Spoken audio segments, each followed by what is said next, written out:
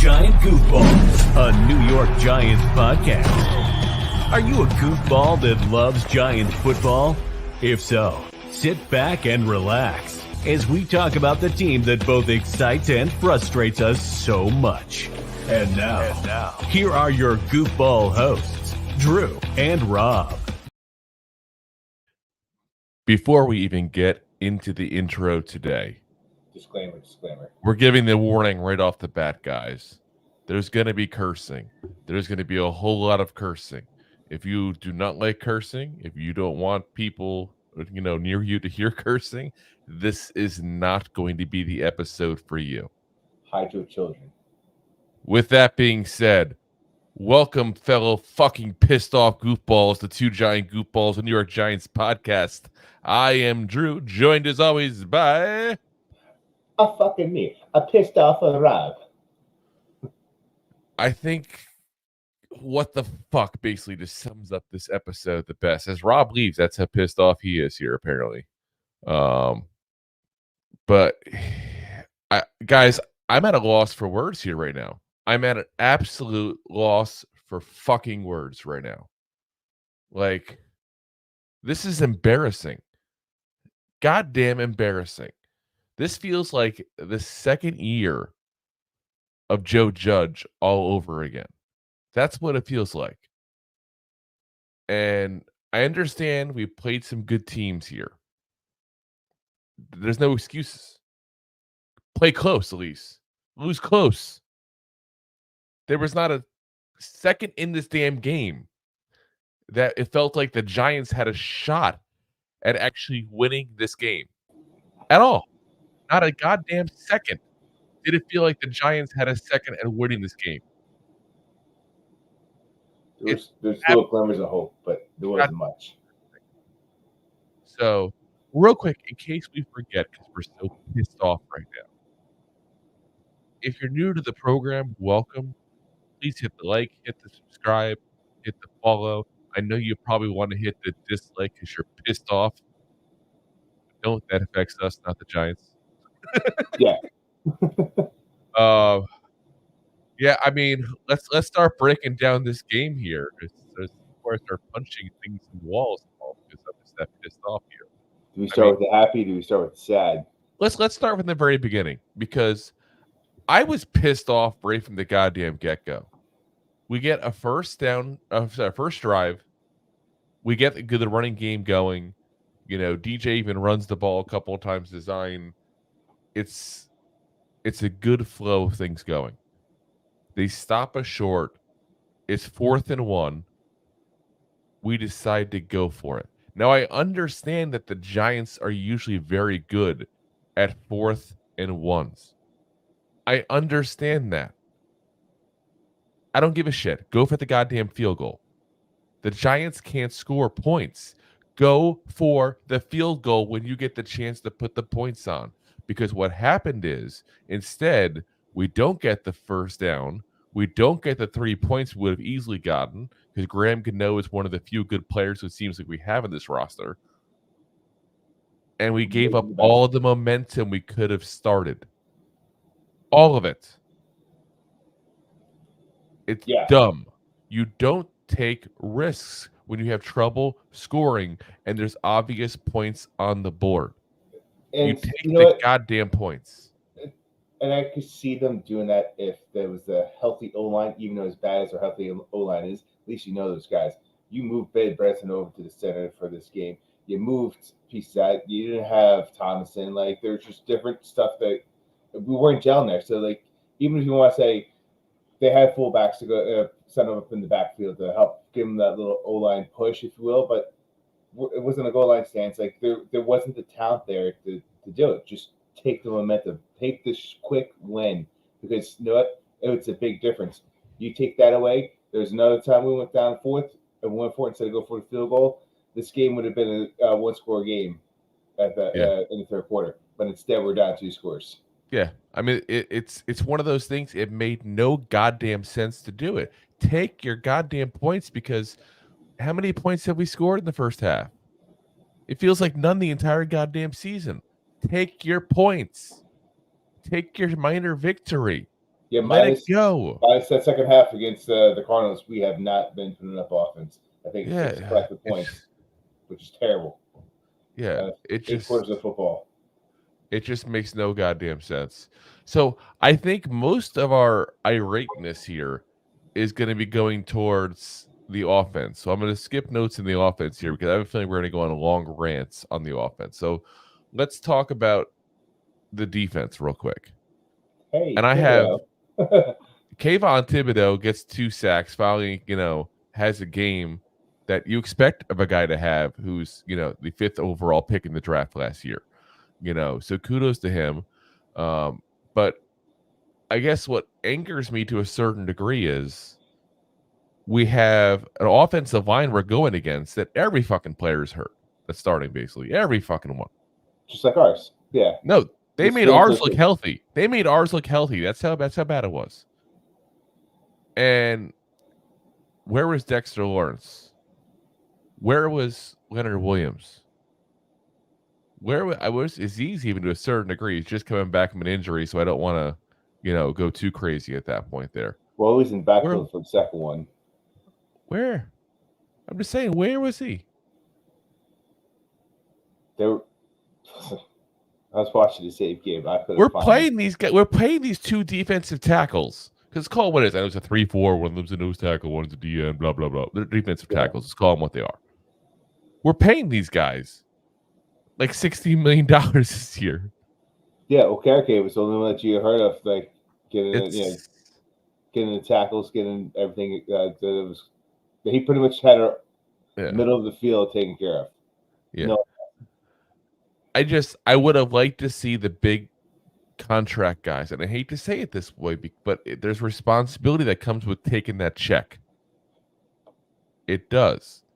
And I want to see these guys show up when it matters. They didn't show up today, really. They really didn't.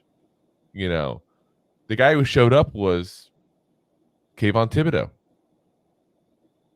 He's the guy who showed up. He's the guy. I wouldn't even say he excelled as much as he took advantage of playing an inferior player. That's what he did. Yeah, I would also say Okereke was out there too. He made some pretty solid tackles, and he had the one that was taken back, the one that was almost that 76-yard run in the first quarter, which he was down by contact. Yes, which brings me to another complaint on the defense. Wrap up the fucking guys and tackle, guys. Oh yes, tackle. That's what you're getting paid to do, is tackle. That's why you're on defense, because you can tackle. Tackle. Listen, if you're going to tackle like that, go into a flag football league, because you would grab all the flags without taking these people down. You'd be all right. Oh my God. It's like, it's frustrating. But honestly, I can't even complain too much on the defense. I mean, if you think about it, you had the Daniel Jones touchdown, which gave up, Daniel's a fumble, which he wish he had a touchdown.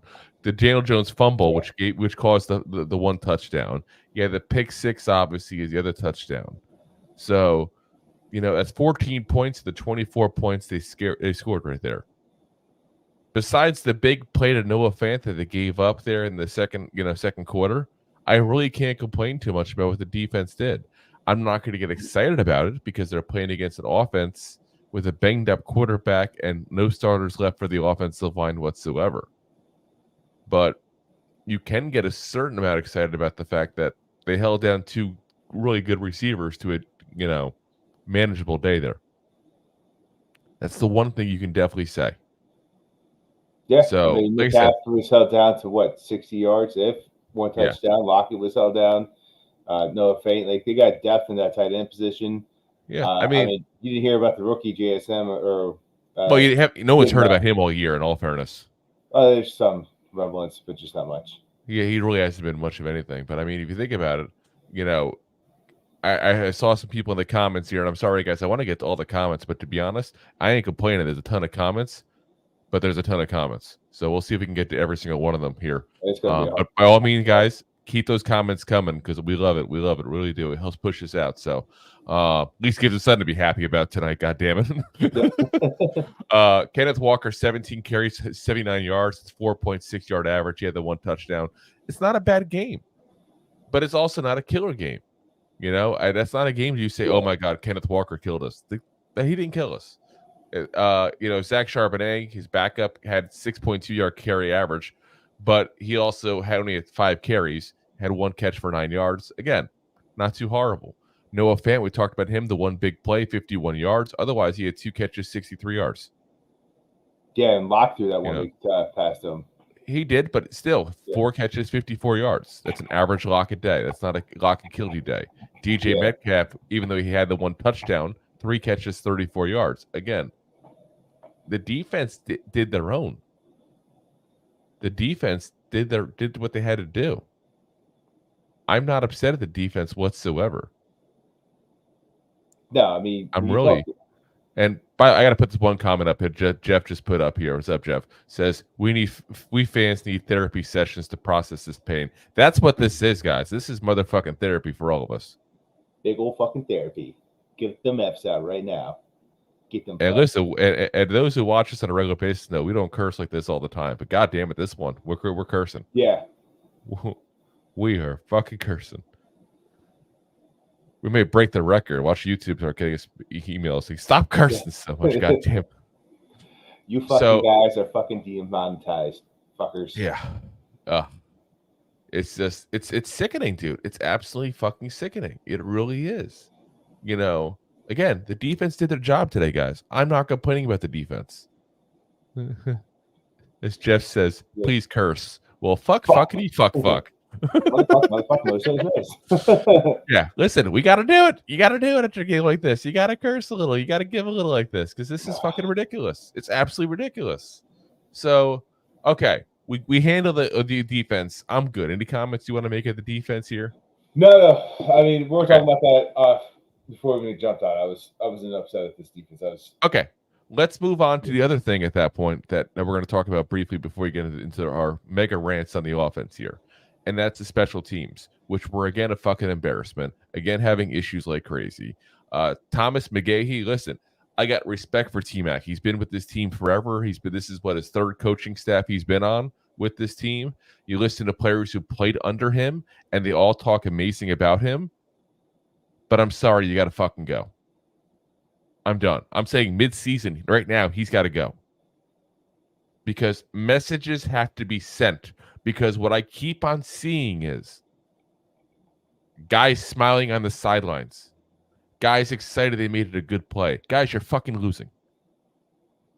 You're embarrassing the fan base. You should not be smiling once in this entire goddamn game. Look, we got fans literally in the chat right now trying to sell tickets. That's how bad it's gotten. Yeah. That's how bad it's gotten. And the special teams is a good part of this, honestly. Graham Gano aside, Graham Gano is amazing. The guy can be a Giant for life as long as he still has 2 legs. I'm good with him. Jamie Gillen, who you guys know that watch on a regular basis, that I have bashed nonstop on a regular basis. He was good. I was going to say, are you actually going to say he's good? And this was not the first time that he's actually been right and been good about it. You know, so kudos, Jamie Gillen, because I don't want to be that guy who just talks trash when I don't like something you do and not, you know, give you the kudos when we corrected stuff. He had 2 punts within the 20 tonight out of 5. Only one of them was a touchback. That's improvement. Kudos. Seriously. That's good.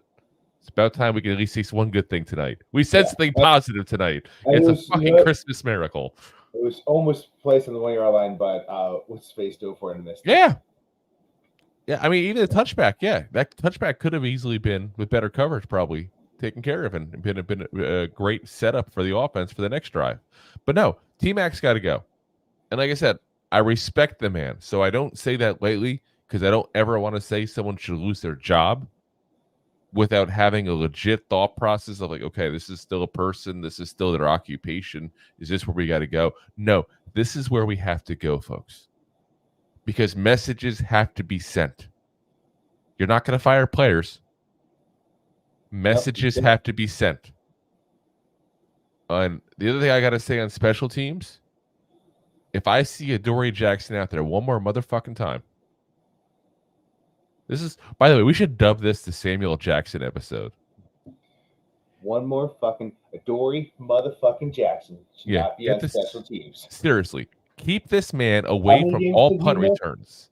How many games I did he don't miss give a last year? damn if Brian Dable has to go out there and get punts. Adoree Jackson should be nowhere near a punt. That would be pretty impressive to see. I mean, it's absolutely ridiculous. And Joe, I see your comment about the O-line coach. Oh, don't you worry. We're going to go there soon, too. Don't you worry. We're on a firing rampage tonight. Firing rampage. Firing on all cylinders, God damn it. So, Line them up. Adoree Jackson Line them up. should not be anywhere near. Listen, I understand Eric Gray muffed a punt. I understand that. And was I the only one who got flashbacks of Richie James, by the way? I'm like, God damn it, it's the freaking Seahawks, and we're fucking got punts already. We're fumbling here. Like, seriously, that brought back bad memories of Richie James. And Richie James didn't have a bad year for us necessarily last year, but that one game against Seattle last year where he muffed 2 punts, and I was going right to that in my head. I get it. Eric Gray muffed a punt. That doesn't mean that you take him out and put Adoree Jackson. Adoree Jackson is the last guy who should ever be returning punts because that's how he lost them last year. We need him. He is potentially top 2 or 3 players in that defense. We need to keep Adoree Jackson healthy. He is prone to injuries. Yeah, wrap him in bubble wrap whenever special teams is out and leave him off on the sideline. Like, we're losing players left and right. And let's go ahead and put our most injury-prone player, who's also one of our most important players, out where he fucking hurt himself last year. That makes sense. That makes a lot of sense. God damn. Like, I have no words, guys. I have no words. I really don't. It's like that bad. Absolutely that bad. Any thoughts you want to give on special teams, Rob? Nope.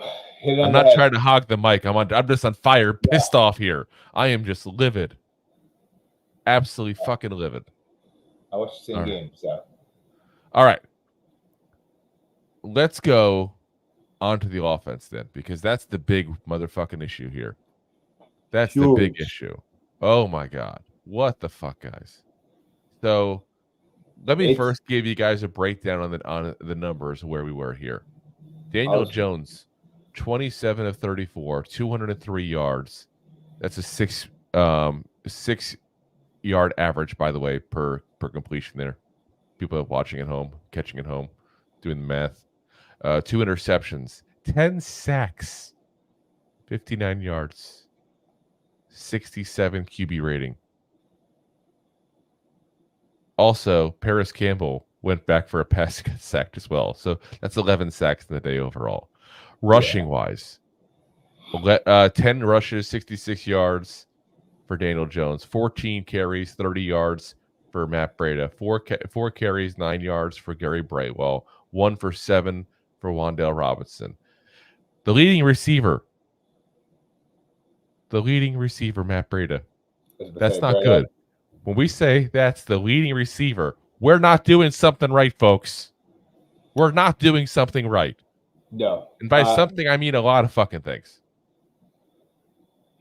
Sadly, Breida looks like the best player out there in the offense this game. That's not saying much. Oh, my gosh. So 5 catches, 48 yards for him. Wan'Dale had an okay game. 5 catches, 40 yards. Isaiah Hodgins, 324. Slayton, 223. Darren Waller, 321. Now, Darren Waller, by the way, guys, 2 of those 3 catches were in absolute garbage time when the game was over. Where the fuck was all offseason long? Darren Waller's the greatest. Darren Waller's the greatest. Darren Waller's the greatest. Why don't we throw it to him? He's fantastic. He's a legend. He's a Greek god. He's an Adonis. Why are we throwing it to him then?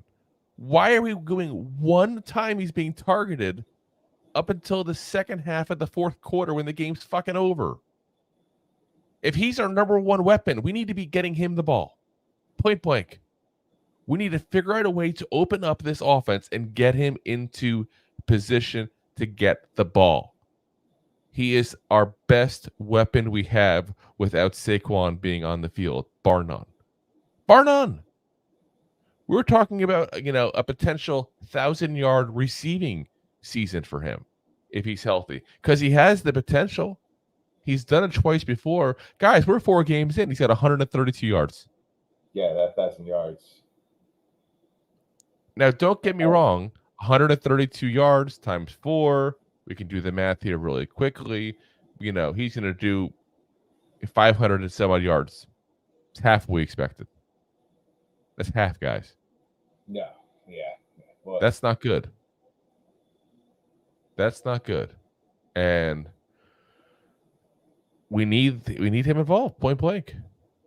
We need the offensive line healthy. That's part of it too. But I'll say this. We said this yesterday's program. We gave you guys the recap of all the games on Sunday. Injuries are not an excuse in this game. Yeah, well, we also saw what our injuries and what our second string O-line looks like in the preseason going against other second strings. We knew it's not a good thing. There's a reason why. We still have starters. You're right. We still have starters, but there's a reason why there's 11 sacks in this game because there was no protecting the quarterback. No protecting the quarterback. No time to throw the ball. No time to throw a ball. Can't set up a run game. Can't set up a run game because that O-line kept giving it up. There's a reason why Matt Braddock caught the ball way more than he rushed the ball because they had terrible O-play. We have 2 starting offensive linemen out for that game. I don't want to hear a thing about our offensive line compared to theirs when every single one of their goddamn players was out. They had one guy left in their bench to play offensive line. That's how decimated they are by injuries. And they still got it going. You know why? Because I'm sick of saying it over and over again. But until the Giants invest on a legit, real, proven offensive line coach, I don't give a shit how many players you draft. If you can't train them up, if you can't coach them up, if you can't teach them the proper techniques, doesn't matter. I'm pretty sure I saw a stat in the past 4 or 5 years we've had the most draft capital and offensive line. They talked about it in the game. Andrew Thomas, first-round pick. Evan Neal, first-round pick. John Michael Schmitz, obviously now, a second-round pick at that point. Third-round pick in Azudu, fourth-round pick in McKeithen. We keep on drafting players as if the players are the problem. Let me ask you this as an analogy here. If you had a friend of yours who kept on getting into horrible relationships, wouldn't you at some point say, hey, dude, maybe you're the problem. You're the common anomaly here. Could be. We're the problem. We are the fucking problem. We need to admit that. We can't fix the problem if we don't admit it. Yes. No, I agree. No, it definitely, a lot of this play comes down to the coaching because you had other guys step up. Like Bryson got a big penalty against them for no reason. Shame on him. Yeah. He has to definitely play these different roles. Evan Neal hasn't turned around and came into who we all expect him to be, who he's supposed to be. And he's put it into work. So is it scheming? Are they just not gelling properly with the guy next to him because of the coaching? Because at this point, it's kind of hard to be that bad with that much work being put it in. To me, it's the coaching. To me, it's all the coaching at that point because, again, I can't keep seeing so many players that we bring in struggle. Evan Neal, 7th overall pick, struggling. Mark Glowinski, a proven guard who succeeded with 2 different teams, struggling. At what point do you go, we're the problem?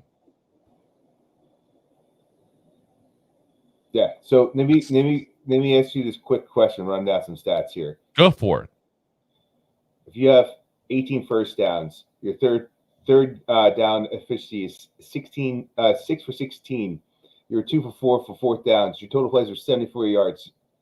You had lost a fumble, and your time possession was 36 yards. Are you the winning team or the losing team? Losing. 9 times out of 10.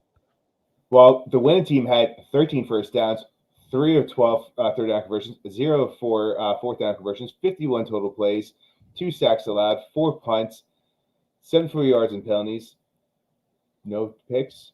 no Yeah. fumbles, and time possession 24 minutes. So, Oh yeah, Tommy, like, because our defense did its job. I was even hearing guys on talking about Joe Buck and Troy Aikman. They're talking about how that basically like, oh, we need the and it kind of to a certain degree what I said, but we need them to step up. We need them to step up with the defensive tackles. But where I say it is more like, hey, you're playing against scrubs. You gotta go ahead and do something here. I felt like they were saying it like during the game as if the defense needs to step it up because they're not doing their part. The defense did its part, folks. The defense was not the problem tonight at all. So, yeah, it's the offense. And I saw some of the comments. Bobby Johnson had got to go. I don't disagree. My only question is, how many people do you want to fire midseason? I'm talking about wanting to do a fire sale, basically. Like Bobby Johnson's one I'm happy to go ahead and I'm happy to go ahead and let him go. He's not good. He's been here a couple of years. We haven't seen the growth from anybody but Andrew Thomas. He wasn't that good in Buffalo, guys, either. Let's be very frank about that. He was not that good in Buffalo. I was not excited when they hired him. So I'm a little biased in that, regard as well. But we need to go out and get Mike Munchak, somebody like that, out of retirement. Throw the bag of money at him. Who gives a shit? There's no salary cap for coaches. Seriously, I don't understand why an NFL team doesn't do this and say, screw it. There's no goddamn salary cap for coaches. I need my players coached up. How much freaking money does it take you to come here? Here's a check. You put in the amount. Who gives a damn? You're $1 billion franchise. A couple $1 million is nothing. Get the guys that are going to coach these guys up. You got the money to make money because you're going to sell more merchandise. The more of a winning record you got. You got it. Maybe you put that money into a good offensive line coach instead of giving us the goddamn fucking free medium Cokes last 2 years ago. Yeah, keep that crappy medium Coke. Seriously. Keep the medium Cokes. Go get an offensive line coach. Because we need one. Free medium Coke right up your ass and go hire a fucking coach. Oh my God, it's fucking ridiculous. It really is. Coach. Let me say that properly. Yeah. Now, well, there's other coaching issues I have as well. I'm of the mindset now that I fully want Brian Daboll to take over play calling duties. Because if you notice in the second half, there was a time where he was talking and he was doing the thing again. He's covering his mouth again. And who was running down the field? All of a sudden, the offense got going again. I'm not putting this all on Mike Kafka. Don't get me wrong. I'm not calling for his head in this. There's only so many heads I can call for mid-season after one game here. But Daboll's got to call the plays, guys. He's got to call the plays. Something has to give with this offense.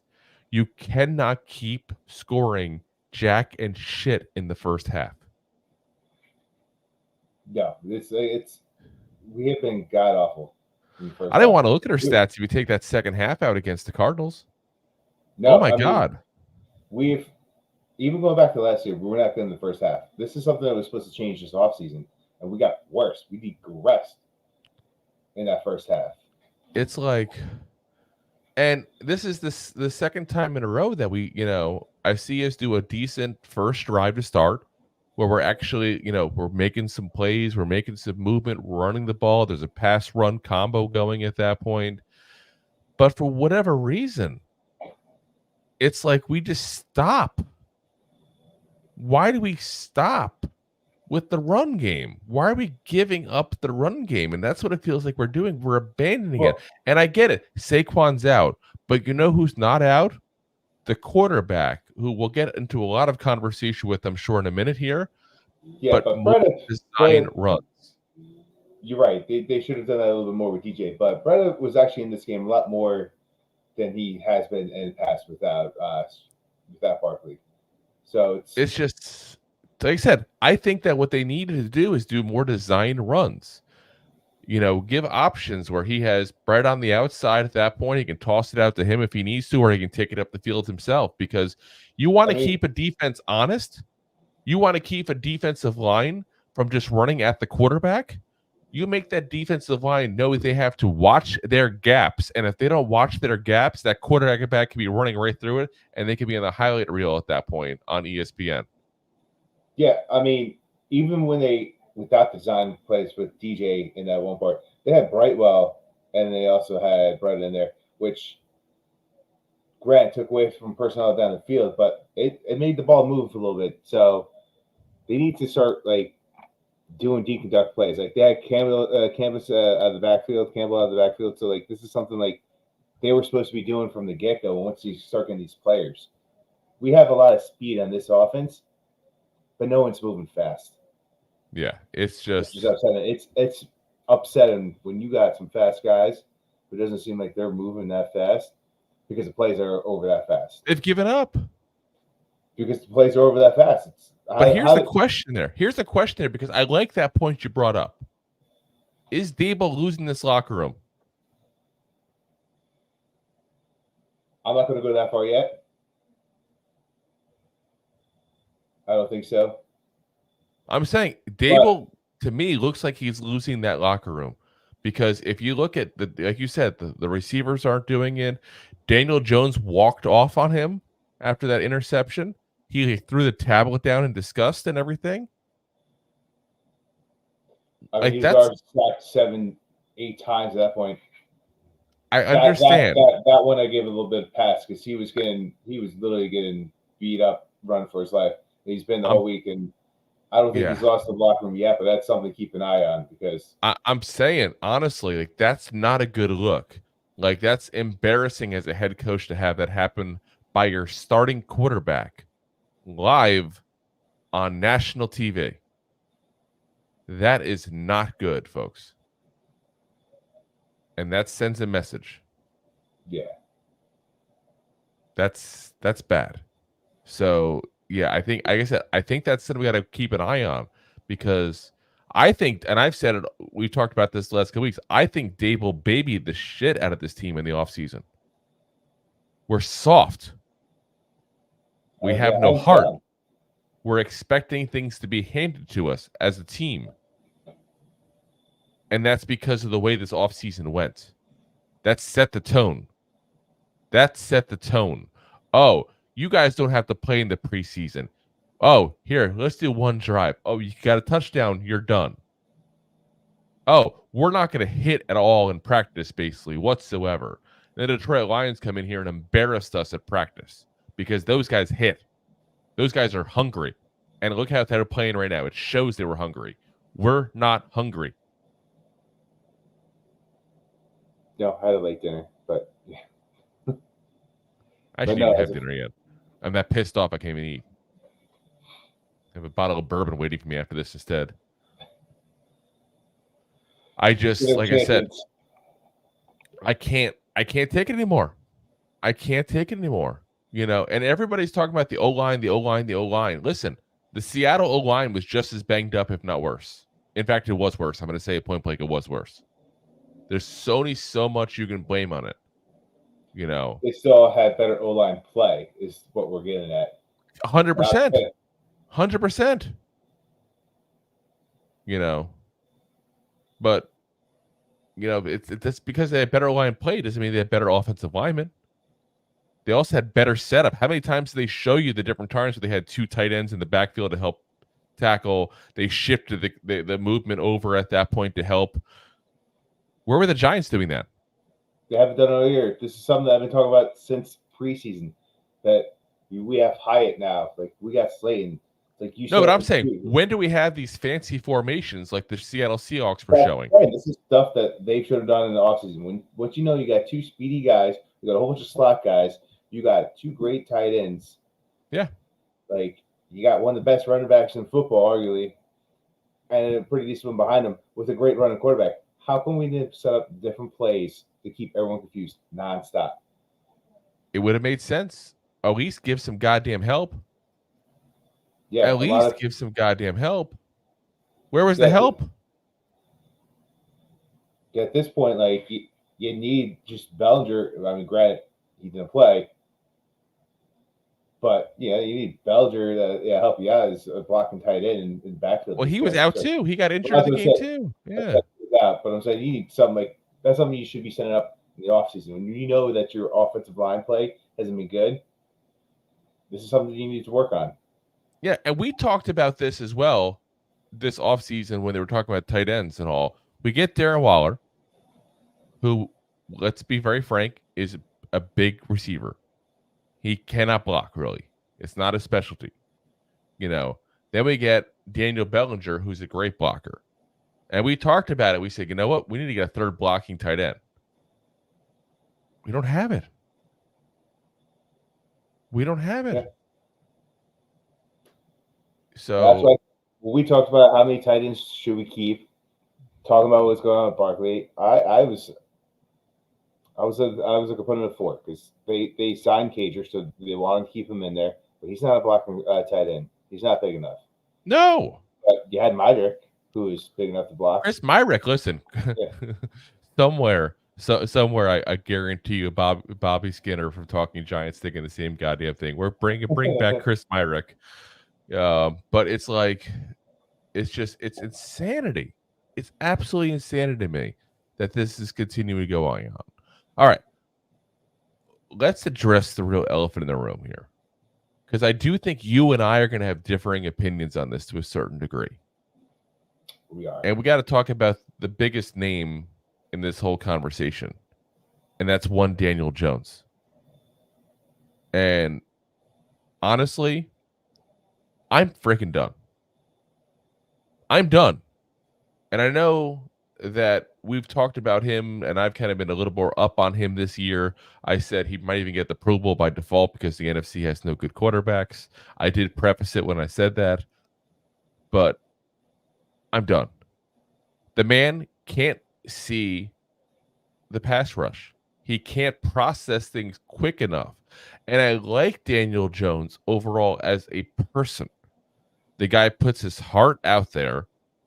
I wish he showed a little more emotion during it. But he's like a mini Eli. But he keeps trying. He never complains. He's just not good enough. Just not good enough. It's almost like I made like the dating analogy before, talking about that before. It's almost like you have that friend of yours. Like, she's fun to hang out with. She can bake really good. I don't know. I'm trying to think of random things. But she's not the one. She's not the one. Move on. Don't string her along. Don't waste your time. I feel like that's where we've gotten to with Daniel Jones. Because we have missed time. Because we keep on trying to make a guy into a franchise quarterback that at this point, this game was sealed the deal for me, where I'm just like, he's not. Because this offense has been inept for 4 games. And how many times do you think a player, and I understand none of us ever said he's in this caliber, but how many times do you think a guy like Patrick Mahomes would go ahead and allow that to happen? A Peyton Manning would allow that to happen. A Tom Brady would allow that to happen. Well, there's a difference between talking about some of the top 3, top 5 average stuff on the field. I get that, but what I'm getting at is, if he's not elite, he's not going to win us a Super Bowl. We're the motherfucking Giants. We are not the Cleveland Browns where we're happy to get in the playoffs. Except last year, we were fucking ecstatic for some reason. That's what I said. Do you not recall last year? I know, but I'm just saying, like, we have a higher expectation because we have won 4 championships in the last 4 decades. And to me, it's time to move on from Daniel Jones. It's absolutely time to move on from Daniel Jones. And I say that because, not just because of the fact that I don't think he has that to be that elite like that, to get us rings and to get us championship level. as much as he wants to. Like I said, don't get me wrong. This is not a lack of wanting on his part. We want to be very clear on this. But he just doesn't have that ability. He's not quick enough at reading things. And that's why things aren't opening up down the field for him. Because you see guys open, he doesn't see them. You see blitzes coming at him, he doesn't see them. I saw one person in the comment put about the slot corner at that point, when Devin Witherspoon, which by the way, were you and I right about Devin Witherspoon or what? Yeah. Holy shit. Listen, guys, if you guys didn't watch our draft coverage, you probably will wish you'd had, because I'm telling you right now, we were like, oh my God, this guy's amazing. How do we get this guy to be a Giant? He's going to be the best corner in this draft. And he comes back to bite us in the ass in this game. But if you can't see Devin Witherspoon lining up to clearly do a slot blitz, that's on you, Daniel Jones. If you can't, in year 5, hold on to the ball when you're getting sacked, that's on you, Daniel Jones. And I'm not saying that nobody else ever fumbles, but it was too important a spot to do that. It's got to come back on him. The interception that he had in the end zone. What the fuck?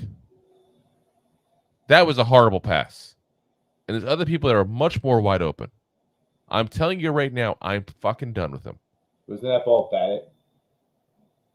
The one in the end zone? No. Pretty sure it was batted. He had other ones that are bad. Don't get me wrong. The one in the end zone was not. Yes. I'm talking about the one in the end zone specifically. That could have been a 7-pointer for us if he just actually threw it to the right one. I'm pretty sure Wagner got a finger on it. I'll tell you this. Regardless of that, because I didn't see that, so I'll take your word on it.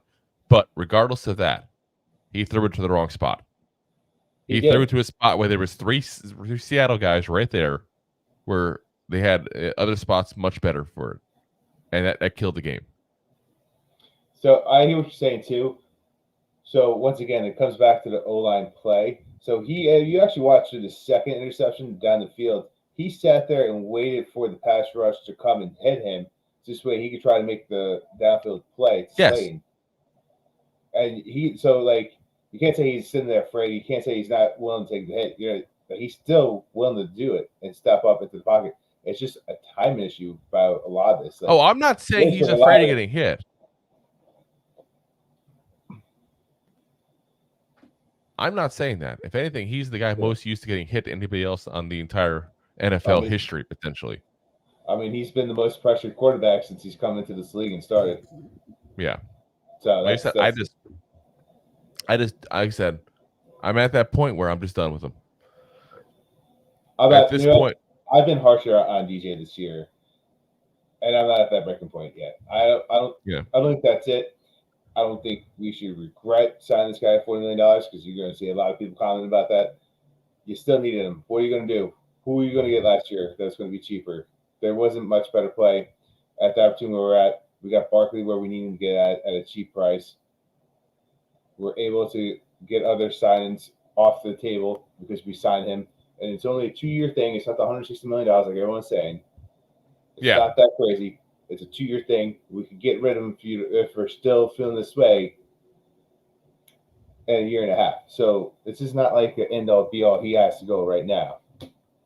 No, I'm not saying he has to go right now. I think the firing of the offensive line coach and getting someone better turns around, starts changing some of this mentality in this locker room. Maybe firing, your special teams coach. Change the mentality of how these players are acting, how these coaches are going around, and let's fire on an ass. I think what's going to happen is we're going to go ahead and get somebody this offseason to go in there and either become the next quarterback for the Giants or at least come in as competition. Because let's be very frank, the way Daniel Jones is playing, and again, I see a lot of comments here, the line's that bad, the line's that bad. I get the line is bad. Do not get me wrong. But it doesn't help the shitty line. And again, I said shitty line. It doesn't help the shitty line when you have somebody who's slowly processing both a pass rush and receivers, because that's what he's doing. He's had like 2 seconds to throw the ball. It's not taking his time. But he's also not seeing pressure where it is at that point, not moving where he needs to move. I'm telling you, rewatch this tape and you'll see it. Now, I'm not saying every single one of them. Don't get me wrong. I would say about half the sacks he took, the guy just hit him while he didn't even see him coming.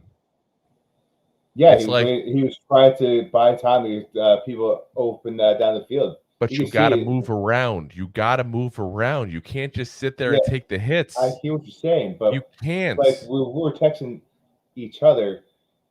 If one guy's in the backfield and it's just Witherspoon in the backfield, that's fine. You can run to the other side. But when you got both your edges coming in, and you step up, but your middle's caving in too. Like I said, you constantly have that's not every single one of these sacks, though. Come on, Rob. Okay. You know better than that. And you know better than also what you're saying is not 100% true either. Yeah, that did happen. He did miss a couple. He got hit a couple times, but a lot of times there was just too much pressure. But a lot. I'm not saying all of them, but there was plenty of sacks that I saw that I'm telling you that I saw the opening for him to go through and him to get out of the pressure, and he didn't do it.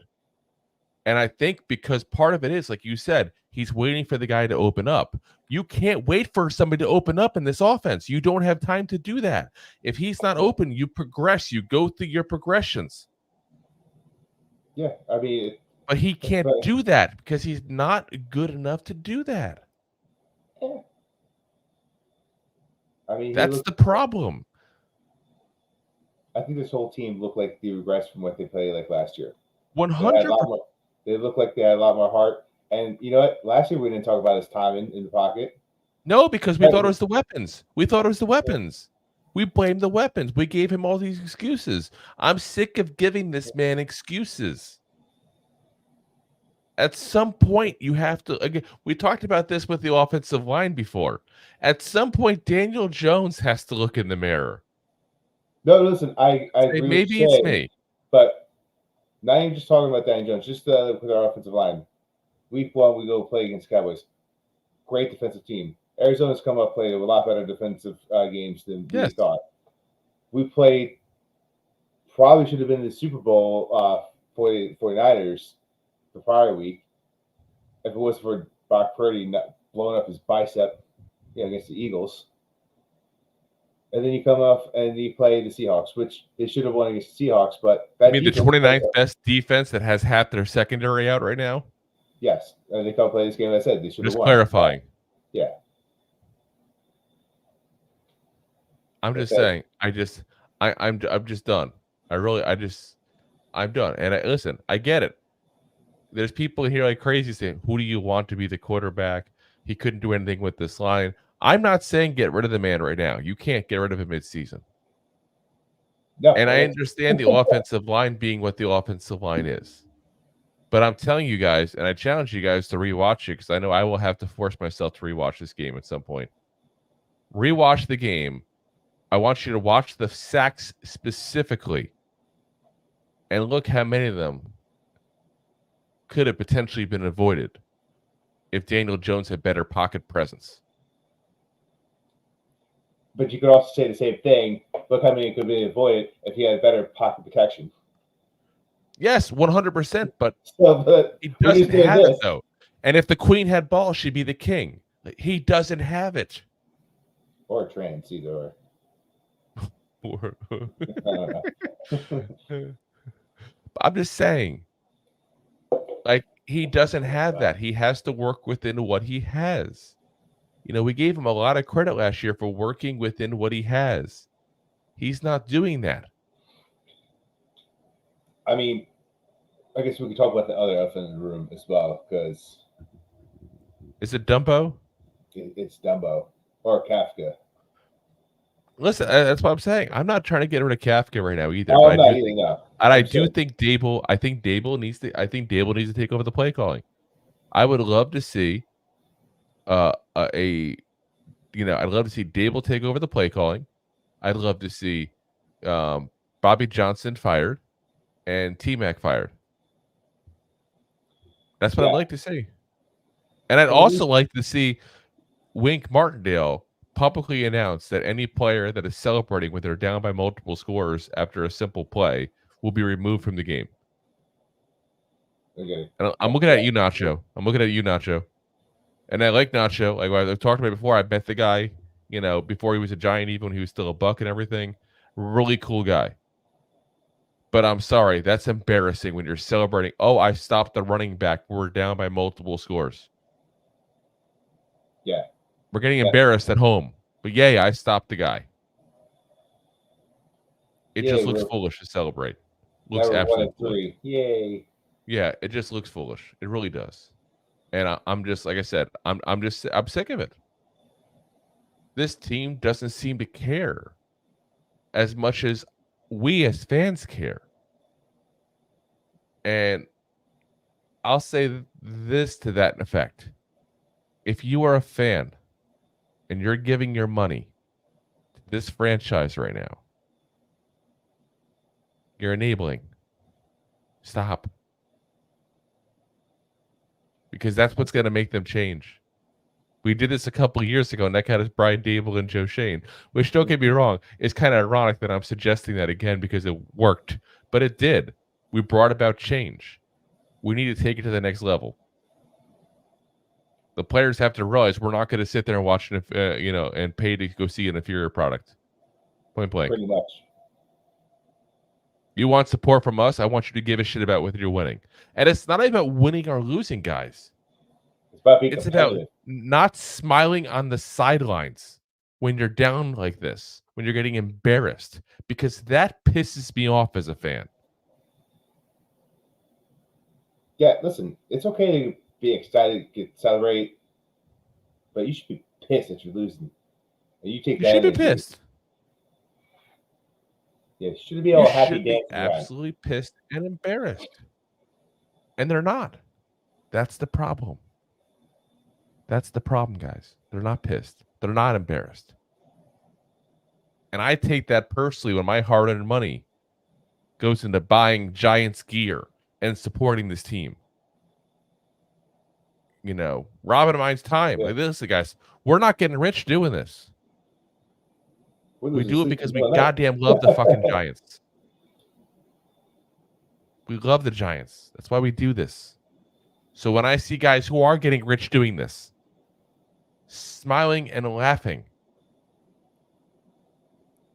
that's an issue. I'm going to take it personal.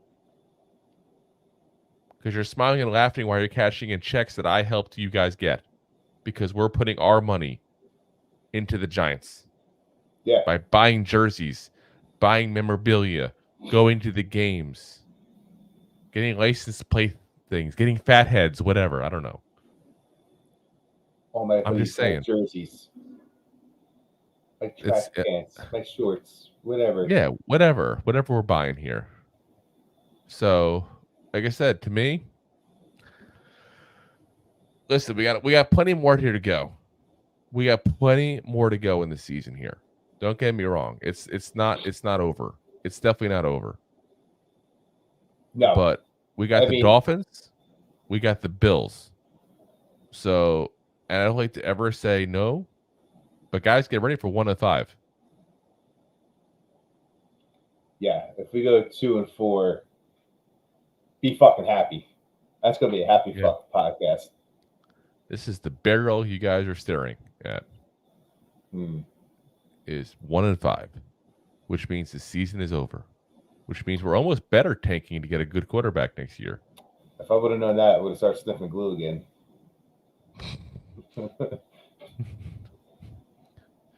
I'm just saying, it's a lot, and listen, Daniel Jones will be here next year no matter what. You can't even if you cut him post June.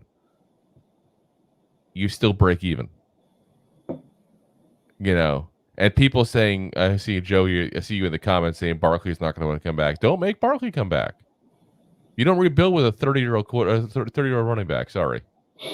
Thank you, Barkley, for all you did.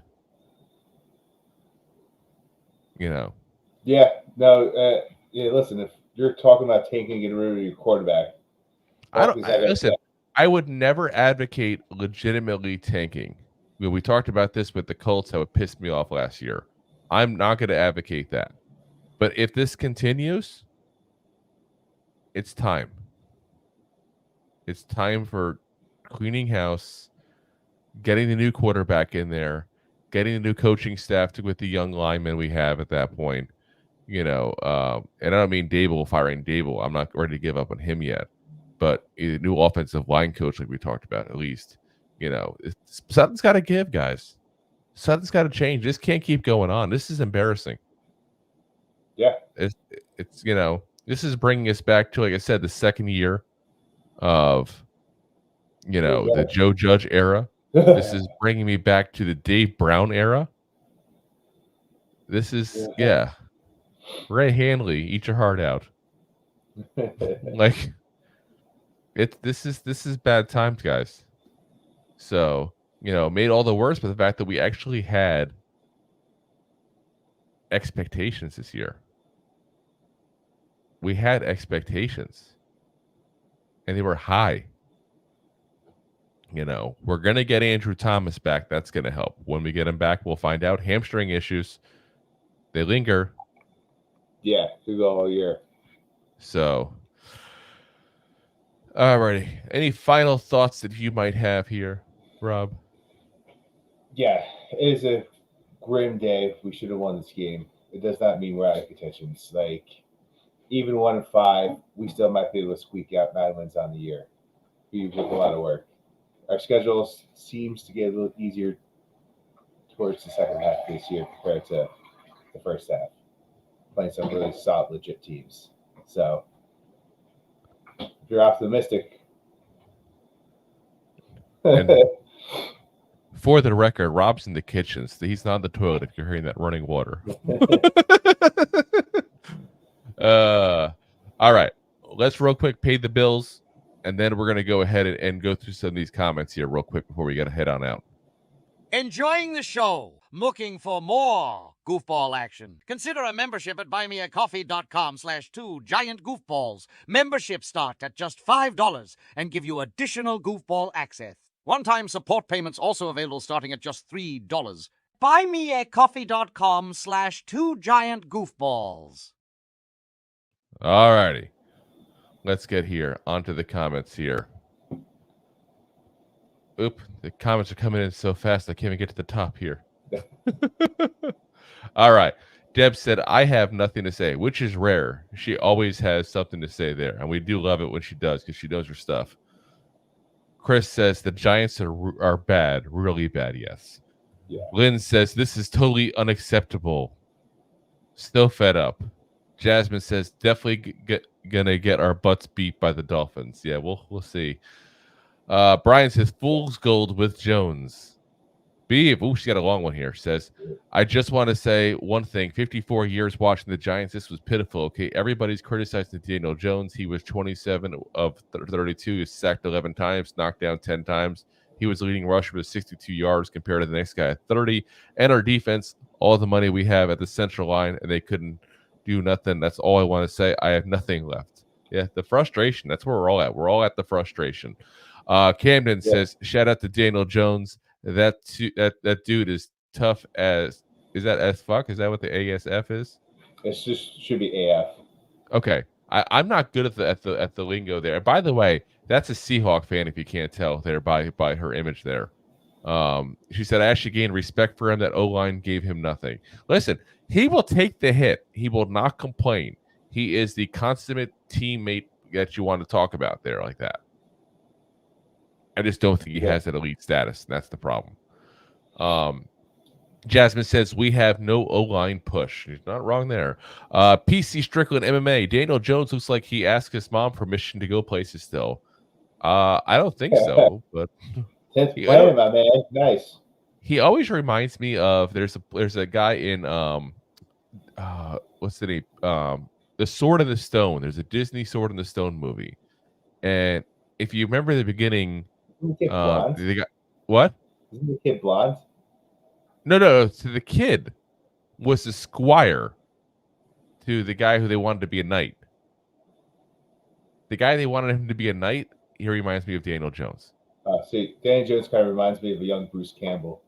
People just rewatch this thing on Disney Plus tonight. We all Yeah. use some Disney. Let's see here. Chris says, focus on the number one pick at this point. Snag the best offensive lineman or wide receiver and get Jones some help. I'm not sure a wide receiver does it, honestly, and I'm not sure another pick on offensive line does it. We need better coaching in here for the offensive line. I'm not even saying for the receivers. We need better offensive line coaching. Jeff says that's not irrelevant. The offensive line is all anyone should talk about. It's bad. Bruce says, oof. That's a pretty good sum. That should be the title of the show here. Camden again says, Seahawks could have had 14 plus sacks and beaten the NFL record if it wasn't for Jones. He was really tough and battled. I'm not sure if Jones really prevented a lot of sacks there. I'm not saying he didn't any. He got a few of them, and then he ran for a couple yards. But there was a few of them where he got some. Couple, but I mean, I wouldn't sit there and say that. Well, when you get 11, we talked about it before. But we talked about it before, where I think some of the ones were by him not seeing the rush coming too as well. So I think that happened more often. That's where my point is what I was getting at. PC Strickland MMA says Daniel Jones looks like he showers after every poop. It's possible. I don't know. Maybe. Jeff says, yes. And we've been talking about the O-line since Eric Flowers. We've been talking about the O-line for over a decade. It's absolutely ridiculous. PC Strickland MMA says Daniel Jones looks like he prays for forgiveness whenever he curses. This guy's on a roll. Jeff says no run defense. ... The run defense wasn't too bad. I mean, keep in mind a lot of the yardage that they're getting. If you look at the rushing yards by quarter, and I don't have that in front of me, I guarantee you it shows that some of that rushing yards was that fourth quarter where they're just trying to run down the clock, or even the end of the half and they're trying to run down the clock. And that doesn't necessarily go against the defense. That's just garbage yards and garbage time. Bruce says Danny throws a beautiful 5-yard pass. Rondell says worst O-line in the league. Chris says, is Evan Neal overrated? I don't know if he's rated at all at this point in his career, really. I mean, I hate to say it that way, but nobody, I think, has any kind of confidence in him. PC Strickland MMA, Daniel Jones looks like he throws up before every game. No, that's Donovan McNabb you're thinking of. That's the wrong guy. Yeah. Jeff says they were getting double teamed, and this was the reference when we talked about the defensive tackles, Leonard Williams, and Sexy Dexy there. Double team or not, dude, you get paid that much money, you got to figure out a way to make it happen. You don't think that guys like Aaron Donald, Chris Jones, these kind of guys get double teamed? And I only use the elites of the defensive tackle position because that's what these guys are supposed to be. It's not like we're comparing Daniel Jones, who, love him or hate him, people admit he's not playing at elite level right now. So you compare him to Mahomes and guys like that, like I did before, and what did Rob say immediately? He's not that level. You're comparing against some of the greats. Yeah, some of the greats that ever walk off. But I'm just saying, every quarterback you draft be Peyton. Listen, just be a Madden. You got to keep on going until you get a Peyton. That's what it boils down to. You keep on going until you get that guy. Because if you don't got that guy, you're not winning ranks. Hey, listen, Brock Purdy almost won a ring in 7th round draft pick. Oh, wait, so it was Tom Brady. Did he? I didn't say it's got to be a first-round pick. I just said to keep on drafting until you get one. That's all I'm saying. That's a little bit aggressive. Listen, go for it. It's the most important position in all of sports. You keep on drafting until you find the guy you want.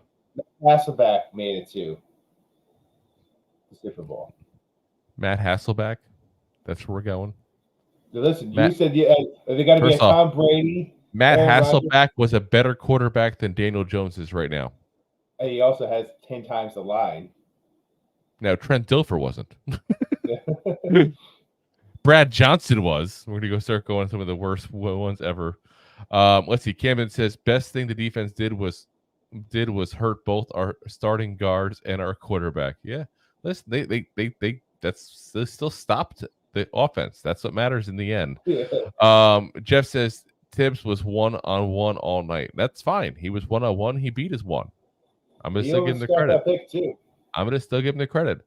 Joe says you're not going to have a decent quarterback till you have an offensive line.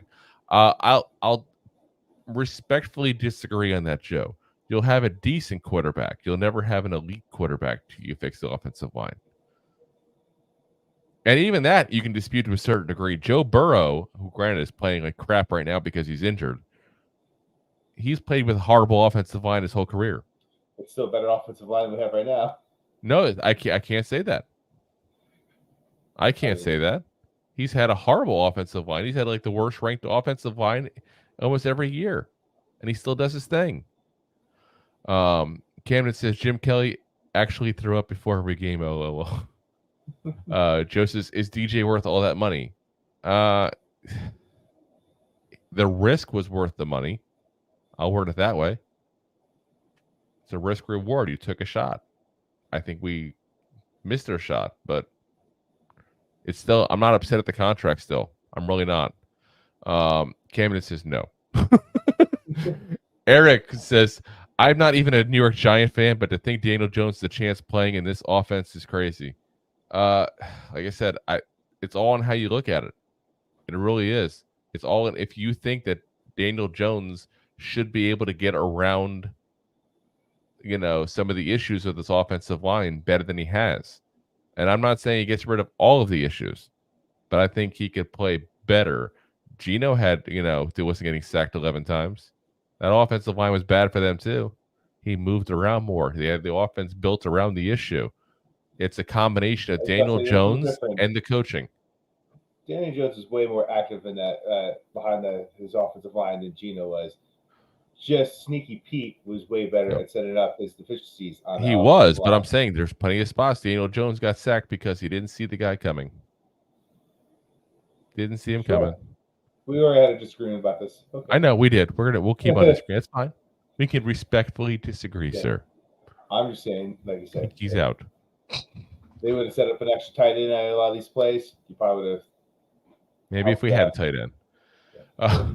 Candace has agreed. Can't pay the O-line if you're paying him too. Your dad's on. He says, like watching Giants of yesteryear. Okay. Yeah, he's talking about the 1970s Giants, I think, that were just absolutely inept, the 60s and 70s. Because, yeah, that's what it feels like. Jeff says we need therapy sessions to process this pain, and that's what we're here for. We're here for therapy, guys. It's group therapy. Welcome. Have a seat on the couch. Chris says the Giants play with no urgency, discipline, heart, or effort. That sums up this game. 100% correct. Yep. All right, guys. We're getting to the point here. I'm telling you, we have so many comments still coming through, guys. I really do appreciate all these comments, guys. But we're getting to the point here. We're an hour and 15 minutes in. We still have more and more and more and more coming here. And wow, guys, woo. Really, I appreciate all the effort you guys are putting all these comments in here. We'll probably go through some of them later on the side after the show here, because we just can't go through them all, guys. And that's a great problem to have. Really appreciate it. If you guys haven't already, if you guys maybe aren't familiar with this, because I know I keep an eye on what's going on YouTube-wise and what's going on there overall. I follow pretty much all of the Giants content creators out there as well, so I can see what everybody else is doing. I think we're the only ones still live here, guys. I really do. If you guys like the content here you're getting from us, do me a favor. Hit the like button. Hit the like. I can see that we have right now 104 people just in YouTube alone watching this right now. Hit the like. Give a like. Hit the subscribe. Hit the bell. We're down to 96 after I said that. We're live 4 times a week right now during the season, guys. We're live on Sunday, giving you guys the usual recap for the Giants games here, like we're doing right now. Since we usually it's Sunday we play, obviously. We're live on Monday, giving a recap of all the games from the week there. We're live on Wednesday, giving you our picks for all the games for the following week, and we're live on Thursday, giving you guys the previews. We're on YouTube, Facebook, Twitter, Twitch, and of course Rob's favorite, Drew's LinkedIn. Oh yes, my LinkedIn profile. We're of course on every single audio podcast platform known to man as well. So if you watch on both, like, subscribe on both by all means. So we're on, of course, Apple Podcasts, Spotify, Amazon, iHeartRadio, all the big ones there as well, guys. So again, appreciate everybody watching here tonight. Been a great show here. At least cheers us up a little bit having to watch this crappy game, to at least know that we have some people in here tonight enjoying, having a little group therapy here. It's a little group therapy. All right, guys. We will see you guys again on Wednesday night. We're going to be doing our next pick show here. We get to discuss where we're at for the week there. If you've been watching week by week, we're going to give you the update of where we're at as we go over all of our picks for not just the winners, but the spread picks, the over-unders. We're going over all there. So we'll see you guys Wednesday night there. Oh, yeah. I almost don't want to do the usual ending. We kind of have to do it. It's a tradition here. It's a sad one, though. We've done it every episode. Go G-Men. Yeah, man. Go G-Men. Go G-Men. And G-Men. G-Men and fire T-Mac and Bobby Johnson. Go G-Men. Go G-Men. Yeah, there we go. G-Men. Yep. Yeah, exactly. Womp. Thanks for listening to Two Giant Goofballs, a New York Giants podcast. We appreciate your support. If you made it this long, you must have enjoyed it. So I am sure you have followed us on all the social media platforms. Of course, you have subscribed to the show on your favorite app as well and given us a top rating. Right? Right? Right? Thank you to those who have signed up for our silver gold levels of membership at buymeacoffee.com/2giantgoofballs.